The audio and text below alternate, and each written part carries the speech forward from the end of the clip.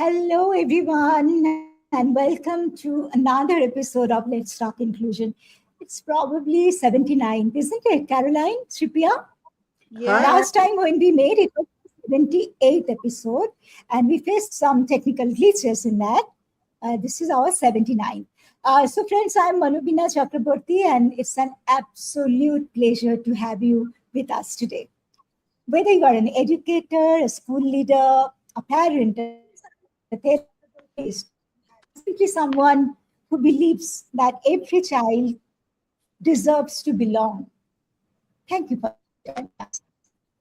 Today's conversation is one that is very close to my heart. We're exploring simple but profound idea that is inclusive mindset before we create an inclusive classroom. We often talk about inclusion in terms of classrooms, accommodations, curriculum adaptations, and policy. Those things are all important, but before any of that can work, we need to ask ourselves a deeper question. What kind of mindset do we bring when we meet a child? To help us explore this, I'm delighted to be joined by two outstanding colleagues and IFIP fellows. Joining us from the United Kingdom is Caroline Hill, Senior Fellow of IFIP, whose work has inspired educators around the world to rethink inclusion through culture, leadership, and belonging. Caroline, would you like to say something more about yourself?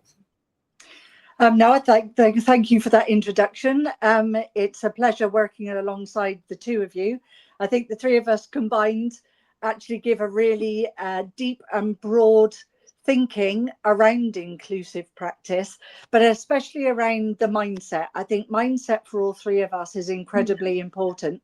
And the more we can actually help people to think about their mindset over this next hour, I think the better we shall all be. Exactly. Thank you, Caroline. Now let me welcome Sreepriya. Sreepriya is currently from Myanmar, whose remarkable work reminds us that true inclusion happens when schools, families, and communities work together. Sreepriya. Hello, everybody. Yes, inclusion truly happens when we all come together. And hopefully, during this show, we will share our views and we'll move forward towards the next step towards inclusion. So, yeah, thanks for arranging this, and we look forward to having a wonderful conversation. Yeah, welcome, Caroline and Sreepriya, once again. It's wonderful to have you again with us. So many people think inclusion begins with adapting lessons or introducing support strategies. But you have often challenged us to think much earlier than that. Why does mindset matter before anything else, Caroline?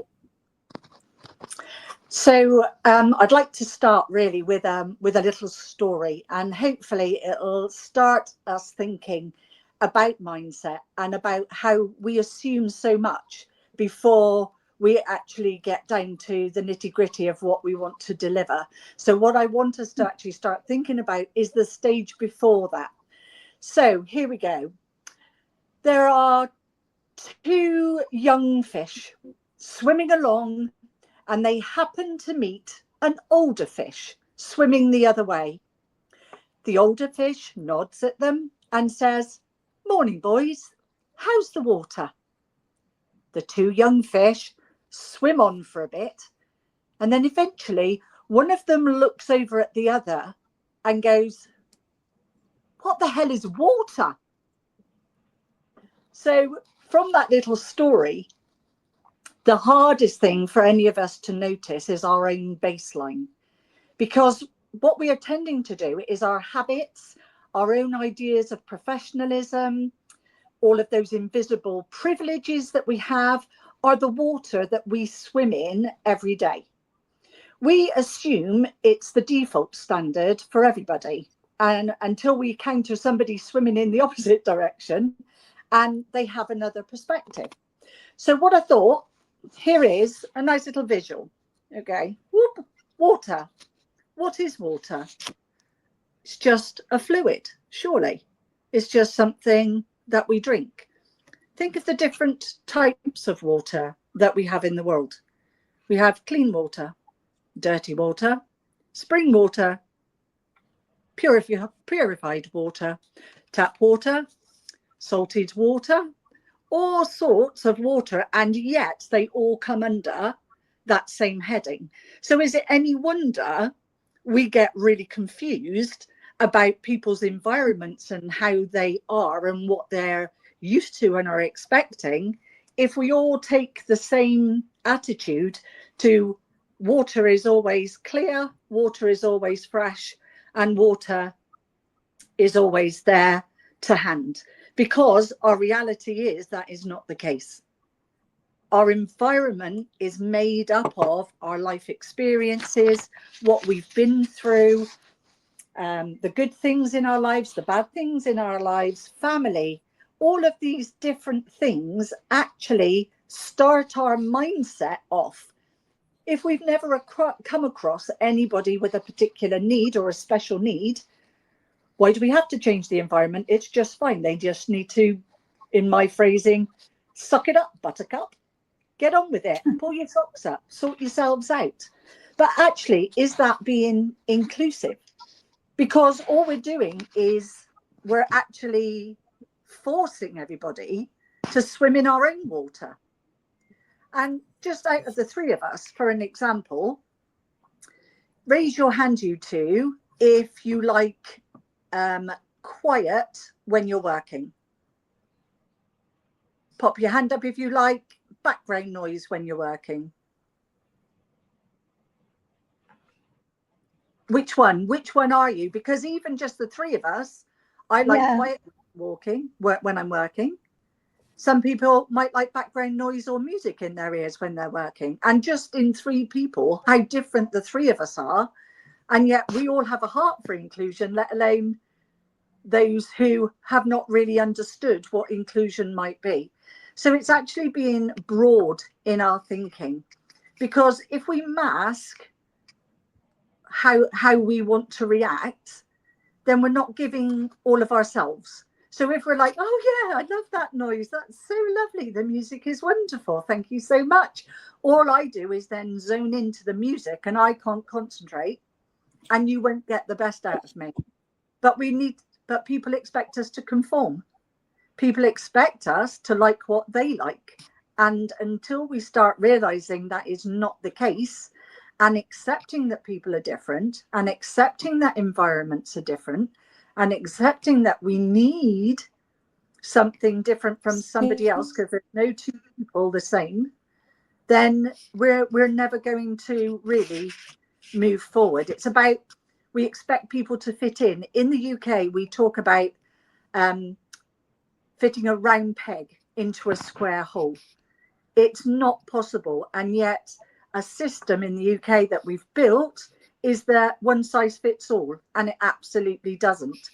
And so for us as educators, it's time as adults seeing the fact that they need something different rather than expecting them to change. We need to say, what can we do as educators to support their learning, rather than they have to do what we say. And for a lot of educators, that's a really difficult thing to consider. Because if we're inclusive in our classrooms, people then feel that they belong. If they feel like they belong, they're going to engage fully with what teachers are saying, with what their peers are saying. Their minds are open. If they feel safe, if they feel that they're listened to, if they feel that the environment around them has been put there for not only their learning, but for everybody else in the room. So everybody says, oh, this is such a difficult thing to do. It's so difficult. But the smallest changes and the smallest adaptations can have such a massive impact. You know, just a small example. somebody's very fearful and has weak bladder, it's an invisible medical need. So sit them by the door. In your seating plan, make sure they know that they've got an exit so that they can get somewhere safely, and that you've kept them in mind and you've thought carefully about that need. Somebody who looks at the board and by the time they look back to the table, they've forgotten what they've been asked to write. They're expected to carry on anyway, and they can spend up to an hour just looking at the title. We'll give them a little task card, give them something that they can work towards, where they can just look at it and know that they can achieve. It takes seconds. So these quality first, what I call quality first teaching things, should be in the forefront of our mind as soon as we walk into our classroom, as soon as we walk through those school gates, as soon as we see any young person, regardless of need. We should be thinking, I think differently to everybody else. I wonder how they're thinking. I wonder how they're feeling, and actually being interested and building those positive relationships.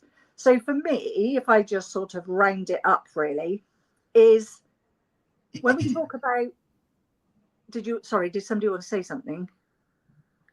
No, it's okay. Oh, sorry. So basically for me, knowing, we call it like the golden rule, don't we? Treat others as you would like to be treated. Well, actually, I'd like to take a step up from there and go platinum. So it's not a case of treat other people as you would like to be treated. Treat people as they would like to be treated. And there's a really subtle difference, because I might like it noisy. Sreepriya, you might like it quiet. Manobina, you might like to sit furthest away from the door as possible.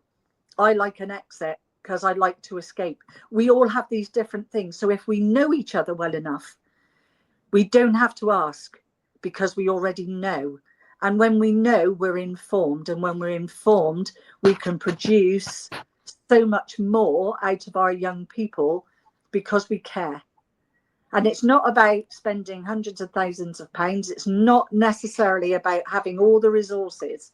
It's about being mindful and having the right mindset of everybody learns at a different pace. Everybody is emotionally mature in a different way. What we have to be able to do as educators is say, I will meet you at your starting point, not expecting them to start from mine. I absolutely agree with you. And sometimes one thing that I've realized, it, especially in secondary setting in UK context or any exam context, I would say that teachers often do not actually ask themselves this question, that how inclusive am I? I think before entering the classroom, a teacher needs to ask himself or herself that how inclusive am I in my mind, in my heart, in my soul? Or I'm just being a lecturer, just I'm there to just deliver a lecture. And it would be amazing. And I think much of the burden of the kid's shoulder will be taken away if the teacher asks this question and does a little bit of research on what sort of accommodations or adaptations are available for the students when they do their board exams. Because often teachers say that, oh, but they have to answer the questions like others. No, they don't have to, because the provisions are there. Sometimes some of the kids might perform absolutely brilliantly when the language load is taken away. So you can opt for modified paper. So the content, you're assessing the child's content knowledge, not the linguistic skill in case of maths. So knowing about these things, putting in that extra effort to trial those out in school will make a huge difference to that child's learning. Often the gap increases because teachers don't want to trial those things out. Planning, conscious planning of assessment. Yes, but then they have to do the exam like this. No, they don't have to. All the provisions are there. And I think if every single teacher before entering the classroom ask this question, when we talk about mindfulness, do a mindfulness activity, take a breath and ask yourself this question: how inclusive is my mindset? and they will get the answer. And I think if we can focus on that, if a teacher is inclusive, we impart that knowledge, we share that feeling to the students, the class will be inclusive, and slowly the school will be inclusive. I think it starts from the central point, which is the educator, the senior leadership team. So we all adults, so-called responsible neurotypical, or might not be neurotypical, responsible adult who are responsible for delivering for educating these young minds, we all need to be mindful and ask this question: how inclusive am I? Can Yeah. I add to Just that? towards the right direction. Oh yeah. So I was just, I think teachers put pressure on themselves to be perfect, and it's not about perfection. It's about having a go. It's about saying, normalizing. How many of us make a mistake? Me, every single day, I make a mistake. But it's not about how many mistakes I make. It's about actually giving it a go and being happy to go, oh, I got that wrong. That's fine. Because how many times do we say to our children, try again? If you didn't get it wrong, why would you need school? Yeah. If you already know it, why do you need school? In exactly the same way, if you're just coming into teaching, or if this is something new to you, you have to be kind to yourself, but give it a go. Don't be fearful. Don't sit there and go, oh, I couldn't possibly. Say, okay, I'm going to try one little thing. I'm going to be messy with this, and it might all go terribly wrong, but I can then review myself. I can reflect myself and see whether it worked, or if I could do something differently, but not being afraid to do it. I think fear holds a lot of educators back. They're fearful of getting it wrong, fearful of saying the wrong thing, fearful of being held to account. These young people are children. They're children, and they make mistakes. We make mistakes. If they see us going, "Whoa, sorry, that was a clanger. I totally messed that up. I'm really sorry," they'll feel safe to do it themselves. Miss, Yeah. sorry, I went wrong. So I think, we try to be too perfect as educators, and so the pressure goes on, the stress goes on, the anxiety goes on, and actually we just need to make a difference every day. They need to learn something. What's one thing that student, you'd like that student to learn today? And And I think in that case, the senior leaders, the faculty heads, they also need to be inclusive in their mindset to accommodate the mistakes made by the young teachers. absolutely, we It all has to, start off somewhere. We exactly. So all, that's why, it's like as a school, we need to have that, you know, in it's a new out. culture, isn't it? It's okay to Exactly. The make culture needs to be mistakes. inclusive, that it's okay to make a mistake. It's not the end of the world. Yes. This is our start. We can learn and we can try. So that's what Caroline was saying, actually, that before we change the fish, we need to change the water. We need Exactly. to change ourselves. And that really resonates with me because in education, we often focus on changing children. We write reports, we identify needs, we discuss interventions, but very rarely do we stop and ask ourselves whether the lens we are using to look at the child needs changing Yes. first. And that brings me to the question I would like all of our listeners to reflect on today. It's a question for both of you too. Okay? When you look at a child, what do you see first? Think. You don't need to say this now. Do you see curiosity, potential, strengths, or do you first see a diagnosis, or maybe a behavior, or perhaps a label? Yes, Carolina and Sreepriya, what do you see at first? Shree, do you want to go first? I see Okay. the child. Yeah. I try to look their smile. The smile says a lot, whether they're excited to come into the class or they're nervous to come into the class. And I think as a teacher, we need to pick up on that body language first before the diagnosis comes later. Often Exactly. people get stuck onto the diagnosis and they say, oh, she's struggling or he's doing this. Yes, because that's why they have got a diagnosis. What you are telling me is Mhm. the diagnosis. Yeah. You tell what you as an educator, you have put in place and what has worked.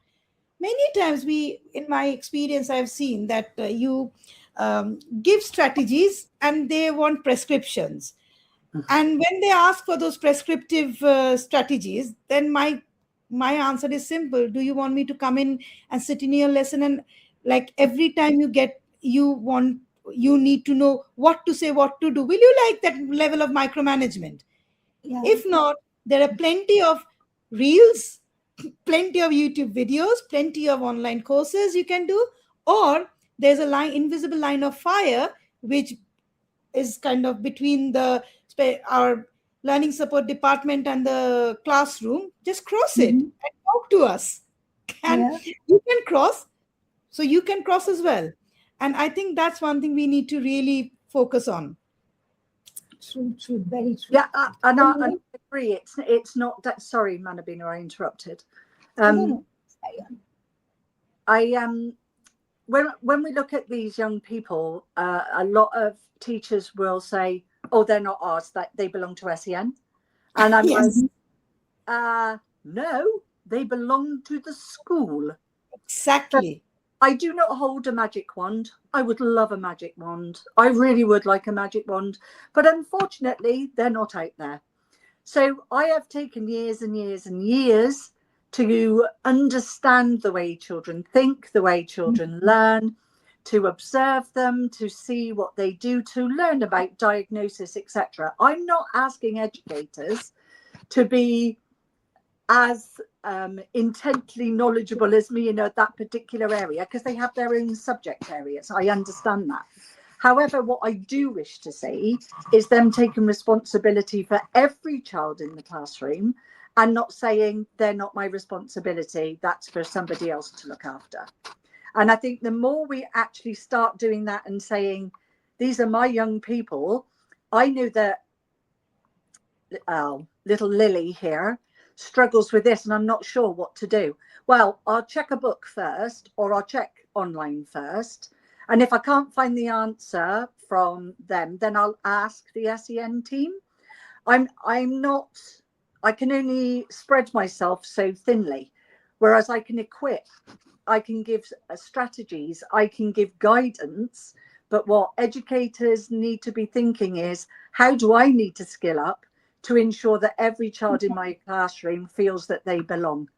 And I think because of the pressures of the classroom, because you've got, 30, 40, 50 in some classes across the world, that you feel that pressure and you feel it's overwhelming. But actually, little changes for SEN children can be used across the board for every child, because if all your inclusive practices started at the center of your school, you wouldn't need to think separately for those with diagnoses and other needs, because it would just be part of what you do every day.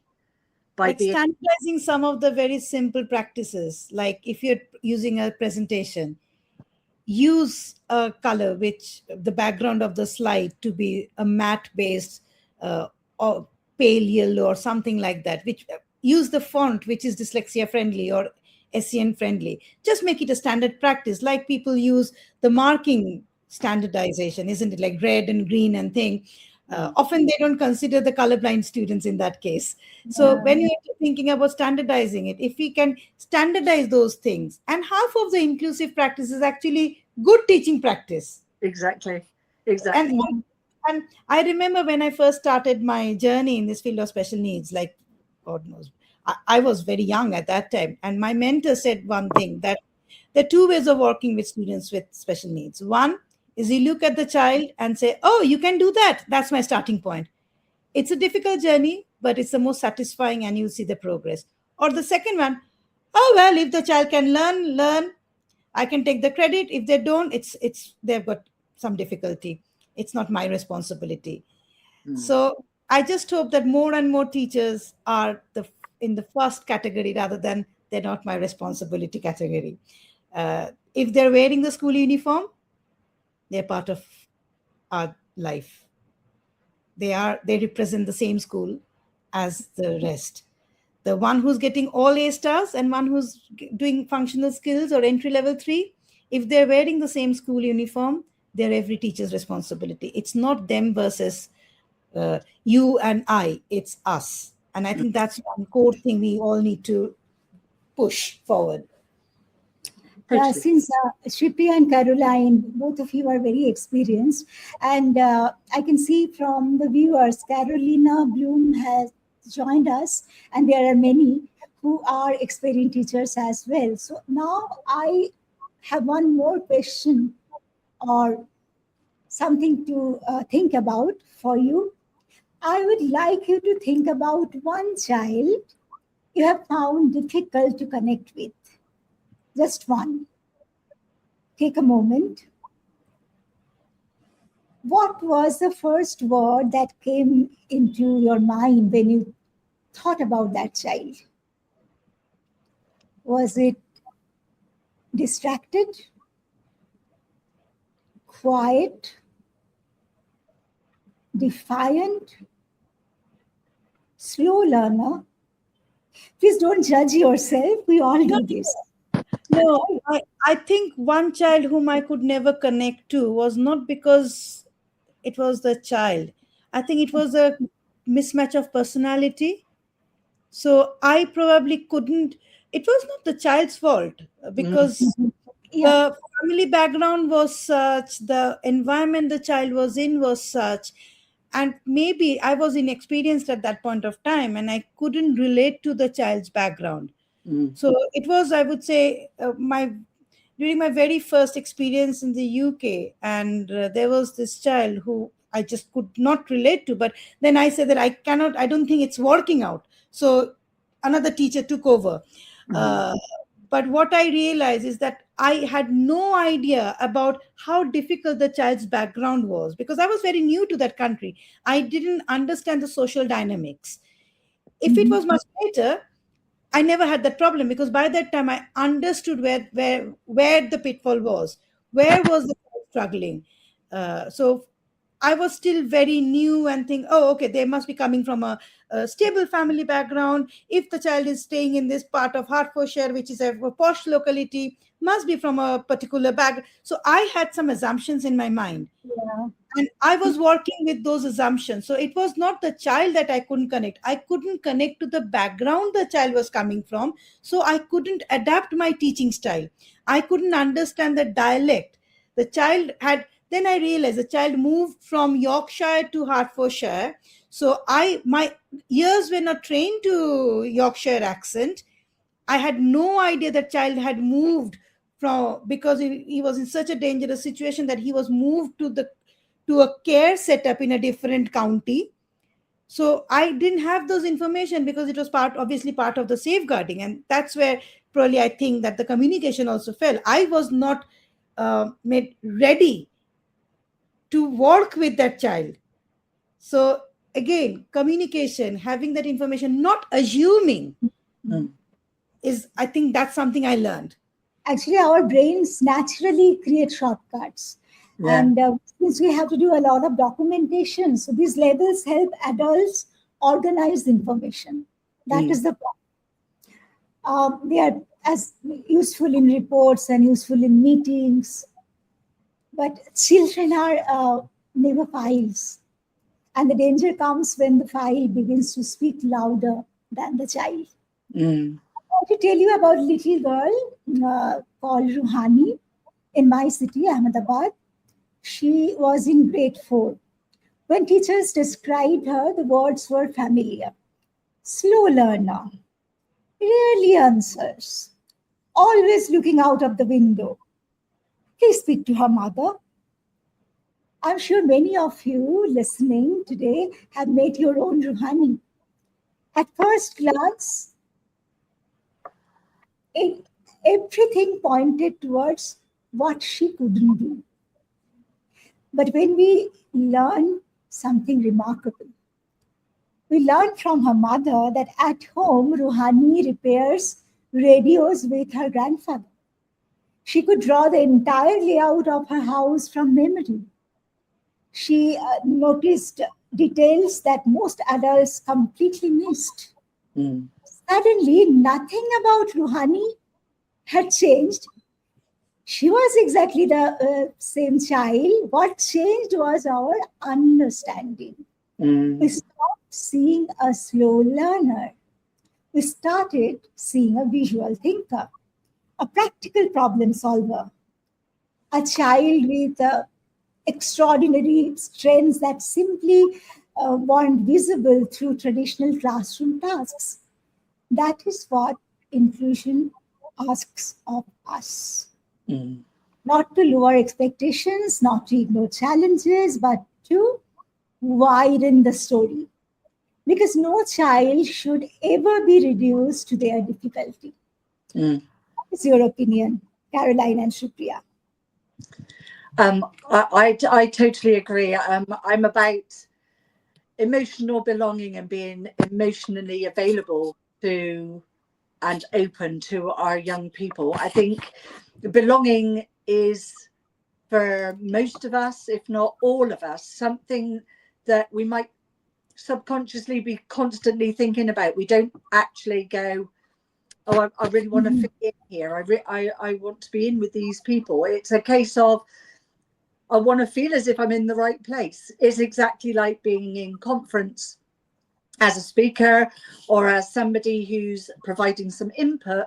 You actually want to feel that you should be there, and not feel that you're out of place. So if we feel like that as adults, what must our young people feel like when you've got 30 people in their same classroom all trying to do the same? So it's an emotional outcome of consistent inclusion, so that every child knows that if they say something wrong, it doesn't matter, that they're forgiven or it's explained, that every child feels safe to take a risk, to think that they're only going to get encouraged further if they get it wrong.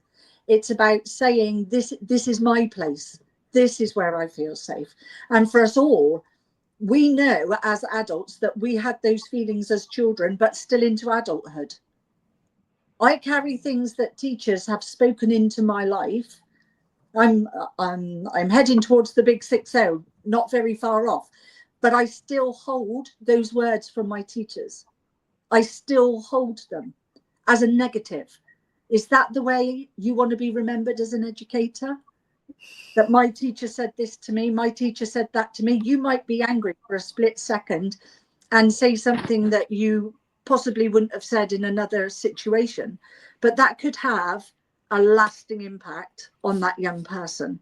So for me, which is massively important about belonging, it's about saying, I see you. I'm feeling grumpy today, so I'm sorry if I say something wrong. Tell me if I say something wrong, because I'm not here to upset you. However, I still have these high expectations. I still need this work to be completed. But I hear you, I see you. And for me, it's seeing each young person as a person who could be our next prime minister, who might actually be the head of the board at your school one day. You just don't know. But it's our responsibility as educators. We get paid to educate, not to put our opinions onto somebody. We want them to grow. We want them to have a richness of life and experience in their life, as well as academics. So speaking kindly, our words hold so much weight. You know, the old saying, sticks and stones may break my bones, but words will never hurt me. That's a complete lie, because words do hurt. They cut deeper than getting something wrong sometimes. So again, it's being aware of these things and accepting these things, that they have this type of impact, and not shoving it to one side and discarding it. It's being open and accepting of every young person, creed or color. It makes no difference. And the other day you showed me, Caroline, you carry a photograph of one of your students in your wallet. Always. So I've got an autistic student, and she doesn't like the fact that I go and teach other people because I'm hers. I belong to her. So she worries that I'll like somebody more than I like her. So I keep a little photograph of her in my wallet. And I say, see, every time I open my wallet, I'm thinking of you. And that builds confidence, it builds self-esteem, the feelings of feeling loved and wanted. Don't we all want that? The smallest thing makes the biggest impact. Yeah, sometimes we teachers, we forget that what we mean to these students. I still remember one of the little one asking me, "You're a teacher?" Yes. And the next question is, "What do you eat for lunch? What is in your bag?" And that day I met one of the EYFS student in one of the shopping mall, and she was like, "A tiger out of the cage look. How come you are here? You are a teacher. You cannot be outside school." So we are kind of that mystical characters who lives in this place called school. Yes. And that's for the little ones. So everything we say, everything we do has an impact on the student.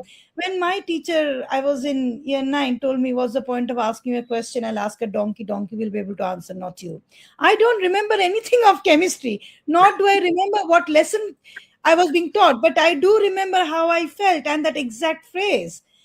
And so teachers often don't realize that jokingly we said that, or casually we said that. We just don't know what effect it has got on the child, Mm. what effect it has got on the parent. Sometimes we say things casually during a parent teacher meeting and we think nothing of it, but just saying, "Oh, I missed your son during the holidays," makes a huge difference to a parent, because like, "Oh, your my son means something to you." And at the same time, not even asking about the well-being, and just straight away, "Oh, by the way, today you so and so had a really bad day."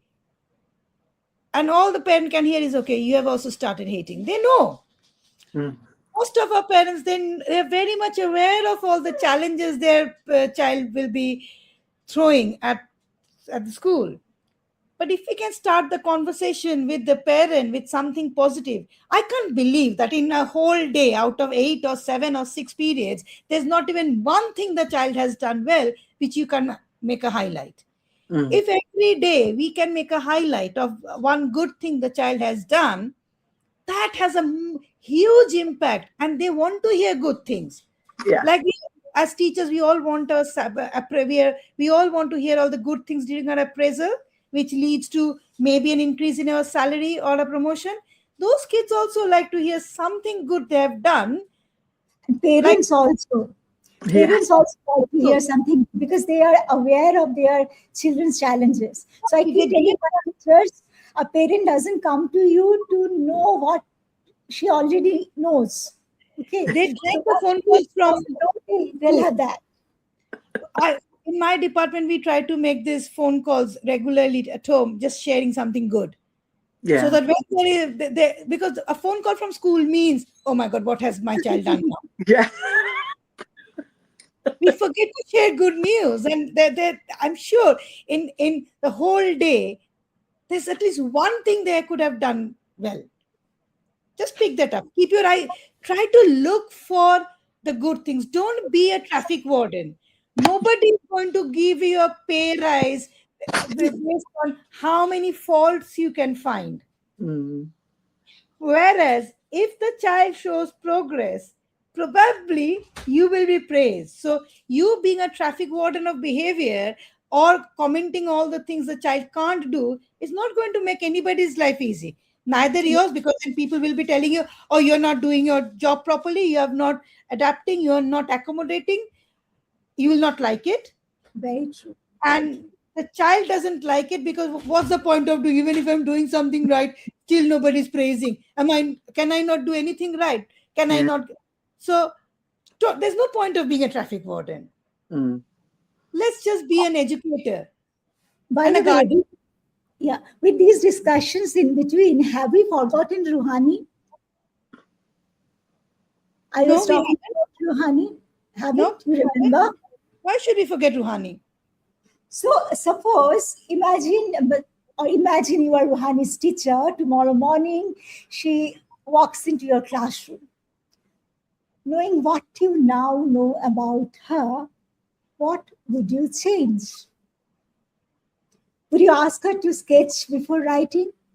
Would you allow her to explain verbally? Would you let her build something instead of Rohani completing any reminds worksheet? Rohani reminds me of one of my student I taught called Richard, Yeah. if I get his name wrong. All his notes were some stick figures and some kind of drawing. So Mhm. he could never, when he's planning his writing or when he's writing down notes, it was all kind of some script. For us Yeah. scribbles, it was artistic scribble or his notes, his wish imagery. And he knew exactly what he had written. And I think with Ruhani, I would encourage that. Put your thoughts the way you want it. I remember this actually reminded me of one incident where uh, a child I know very well drew something, Okay. and we couldn't understand what she had drawn. We asked her, what did you draw? Oh, I've drawn this room. We couldn't see. I said, but this doesn't look like that room. And then the child took us outside the room, and we made us stand near the door.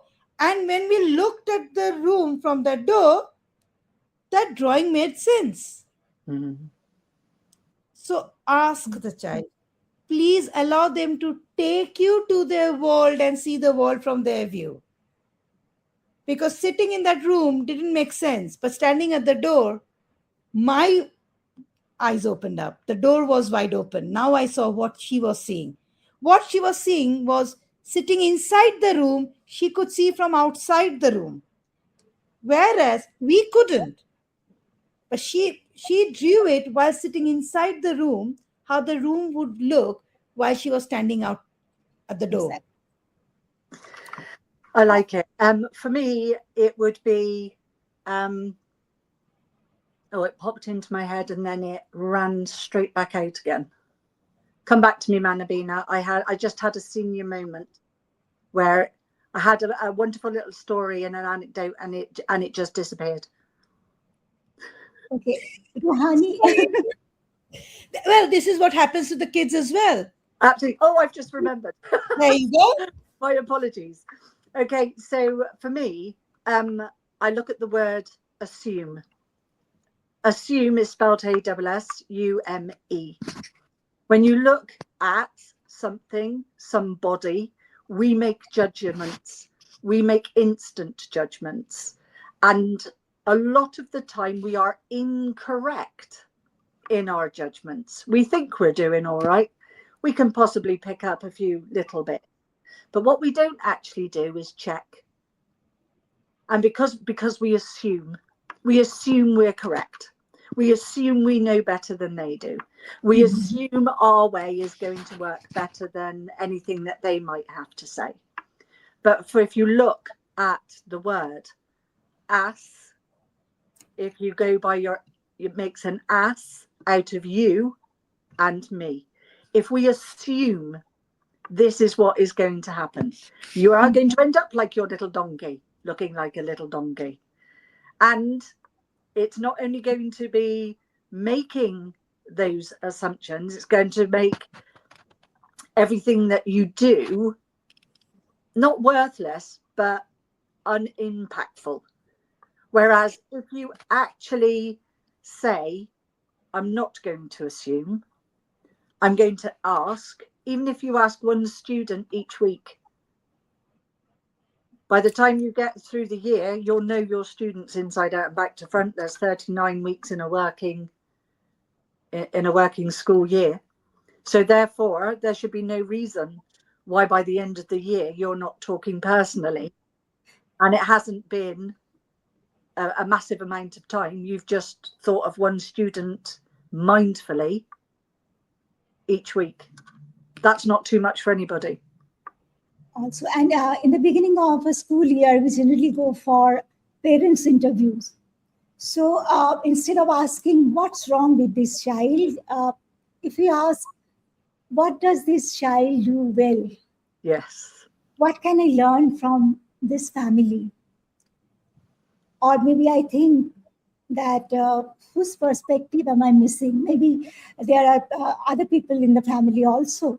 So interaction with family may also open our eyes. Mm. And these questions actually move us from judgment to curiosity. And curiosity is where relationships begin, right? So, one belief has guided my work throughout my career, 20 plus years. Difference is not an interruption to learning, difference is learning. Mm. Every language matters, every culture matters, every pace matters. Some children think through movement, other through music, some through drawing, others through storytelling, maybe. There is no single right way to learn. Mm. So when children are invited to bring their authentic selves into the classroom, every learner benefits. That's what an inclusive mindset really looks like to me. 100% perfectly put. Yes, Caroline. Yeah, I totally agree with what you've just said, Manobina, and it is about accepting that these people are different, but saying, what can I learn from you? You know, who would expect a white woman to be on an inclusive platform with somebody from India, somebody from Myanmar, and actually have a similar heart, a similar outlook, a similar understanding. It's mhm, because we've taken time to build relationship. It's time yeah, we've learnt from each other. We've mhm, learned that the more we know, the more experiences that we share, the richer our teaching is, the richer our advising is, the richer our young people benefit from. So it's a case of we're all still learning. exactly. We're all still learning, but accept. Lifelong learners we are. Mhm, I think that for me, mhm, growing up in India, spending 25 years in the UK, and now based in Myanmar, I do believe in inclusion in every possible way. Like, I face that challenge, like how it feels to be in a country where you are like, you don't know the language. Mm, I still remember when I first moved to UK, one of the biggest thing was I was scared of maths, and every time British people tell time, oh, meet me after quarter of an hour. For God's sake, quarter of an hour, one fourth of an hour, one fourth of 60 minutes. Oh God, I have to do calculation. It frustrated me. Why can you not just tell me 15 minutes? Yeah. And often I've exactly. seen that, and often I see the teachers say it casually to the students with SEN. And and then we say, oh, they're never on time. Are they not on time because they can't tell time? Or is it because you've asked them to do the calculation? Again, we assume. I remember I was working in Cambridge, and a girl was referred to me for being suspected dyslexia. And when I started talking to the child, I realized that she came from Middle East, so it was the other way. So subconsciously, she was constantly reading and writing in reverse. Mm, So people were not analyzing the issue. They're not trying to look into, going for the straight away the shortcut. Oh, B and D confusion. Yeah, because do they have that sound in their language? yeah. So there's so many. As educators, we need to ask that question. We need to have that mindset. We need to again ask, how inclusive am I? Am I ready to learn? You can be an educator if you only sign up to be a learner. You Mm, need yeah, to be ready to learn from your students. Ask them. If they're getting the sums wrong, ask them why they can't do it. I've just realized that somebody with dyslexia finds it extremely difficult to use calculator because the those lines in the calculator. So the brain automatically completes the pattern. So yeah. 5, 2, 8, 6, 9, they cannot differentiate. Yeah. And bless this child, we have been you can't even use a calculator. So calculator was not the solution, because that was actually a hindrance. So now we have to figure out another way how to do it. I don't know, but we will figure out. But so talk to the child. 12 and 21, same. Yeah. Another one, with maths, I asked the question, and when you introduce 2 times 2, no, 3 times 2 and 3 2 times. So 3 2 times is 9, and 2 times 3 is 6. Do you see where the confusion is? Even while telling, I often have to think, what did I say? And we say it like boom, boom, boom, boom, boom. Yeah. And okay, so 3 times 2 and 2 times 3 2 times and 2 times 3 is same. Sreepriya, the other day you were sharing a story about a moment when collaboration between home and school made all the difference for a child. Could you please share that story with our Yeah, viewers? of course. That was one of those eureka moments as a special educator. We had this child who was severely within the spectrum and was non-verbal. So generally, he is a happy bunny, ready to come to school, really good. We never had any issues. One day he walked in, and he stood at the gate of the school and refused to move forward. Okay. He's not crying, he's not shouting, he's not sick, nothing. I am just not going to move. That's it. So we tried everything, from sticker chart to consequent, like all the usual tricks. And then the staff came and called me, Miss Shree, can you help us? Like, it's been more than 45 minutes, almost an hour. He's standing in the sun, because I was busy with other things. So, and then I said, okay, I had no idea what to do. So I asked the carer, has there been any change? And carer was like, nope, there's been no change. Nothing. I said, just think, did he sleep well? Did he eat well? Any change? No, everything is fine. Well, he came to school in the car. I said, the regular car, regular road. She said, no, no, no, we got another car because his parents took the car for a business trip. And I was like, is there any way we can call the parent? And she was like, I'm not sure, because it's quite farther away from Yangon. I'm not sure whether they'll be able to come back. And I said, was it the same road and everything? She was like, yeah, but it was just the car was different. So I called the parent, and parent was like, oh, okay, fine, we'll try to be back. And they kind of rushed back.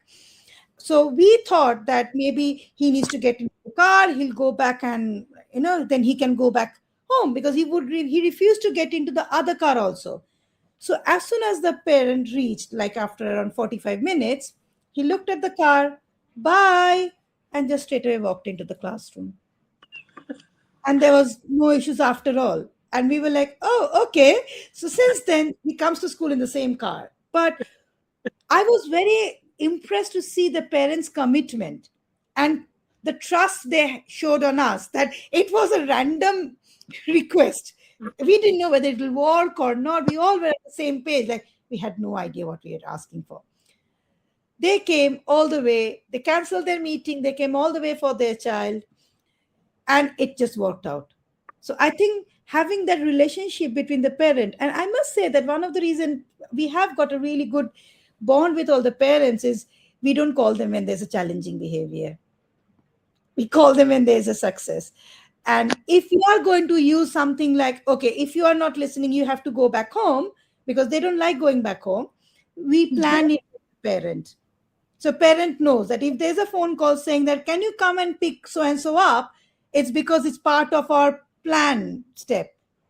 So it's all planned with the parent, and that has really helped us. Like, somebody who would just randomly walk into all the classroom and change all the settings of every teacher's computer has stopped doing it, because he doesn't want to go back home. And we had to do it once, send him home, and mom was well prepared for it. Mom knew beforehand that that's going to happen. So she came like looking really shocked. Brilliant acting she did do. But it was. But since then, all the computers are safe. Love it. Love it. Love this story.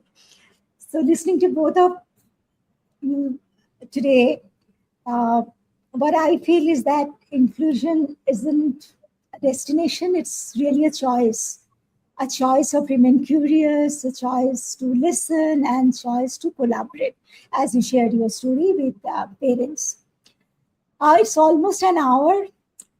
So before we finish, I'd like to leave everyone listening with one simple invitation. Tomorrow morning, choose one child. Mhm. Ask them one question. What do you love doing when you are not at school? Then really listen. Because inclusion doesn't begin with a policy. It doesn't begin with a program. It begins with attention, with humility, and with seeing the child before the level. Mhm. Thank you for joining us on Let's Talk Inclusion. Thank you very much, Sreepriya and Caroline. Any Before final we comments? finish, can I just say one thing? Yes, of course. All the teachers, just ask this really difficult question to all the students with special needs. You'll see how much they struggle.